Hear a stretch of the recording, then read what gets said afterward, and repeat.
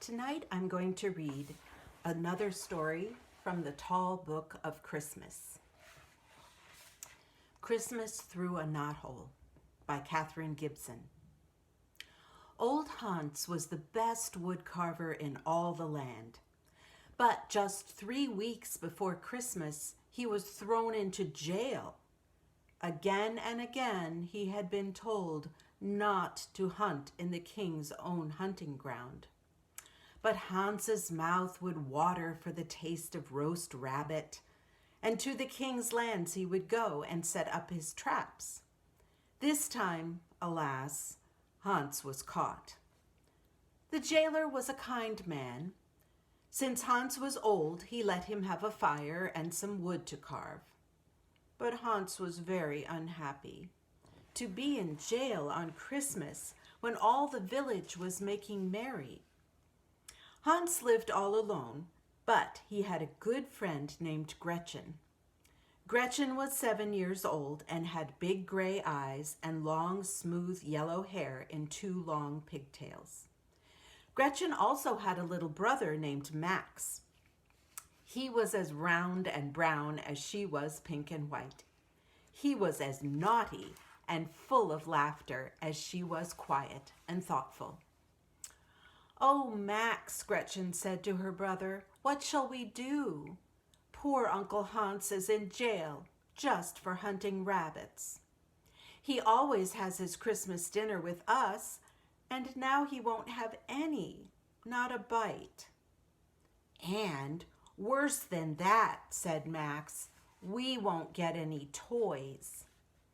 For every year, of course, Hans carved the most wonderful toys for them. Max looked cross. Gretchen looked sad. They walked past the jail. Like all the other houses in the village, it was made of wood. The walls were very thick, and the only window was far, far above their heads. Suddenly, Max said, "Look, there is a hole." It was a large knothole in the wood. Max stood on his tiptoes and put his eye to the hole. "I can see him. I can see old Hans. He is carving just the way he always does." "Oh, Max, let me see," cried Gretchen. She bent down, and sure enough, she could see old Hans, or part of him. Max took out his pocket knife. Every boy in the village carried a knife, and scratched at the hole until he made it bigger. Then he put his lips to the hole and called, "Hans! Uncle Hans, come here. Come to the knothole." Old Hans was surprised. He got up and followed the sound of the excited small voice. The children told him all the village news. In turn, he told them how long the days were in jail. "It will be a sad Christmas for you, Uncle Hans," said Gretchen. "We will miss you at home." "For us, it will be even worse." Max was almost crying. "We won't have any toys, not one." "You come back here tomorrow," Uncle Hans said. The children could hardly wait for the next day. In the morning, they hurried back to the knothole. Here we are, Uncle Hans," they shouted. The knothole was bigger now. Out of it, Uncle Hans pushed a tiny wooden figure. It was a little boy carrying a flower in his hand. "Oh," cried Max, "it's just like me." "Only you never carry flowers," said Gretchen. "You just carry big sticks." The next day, a fat duck came through the knothole. Then a market woman.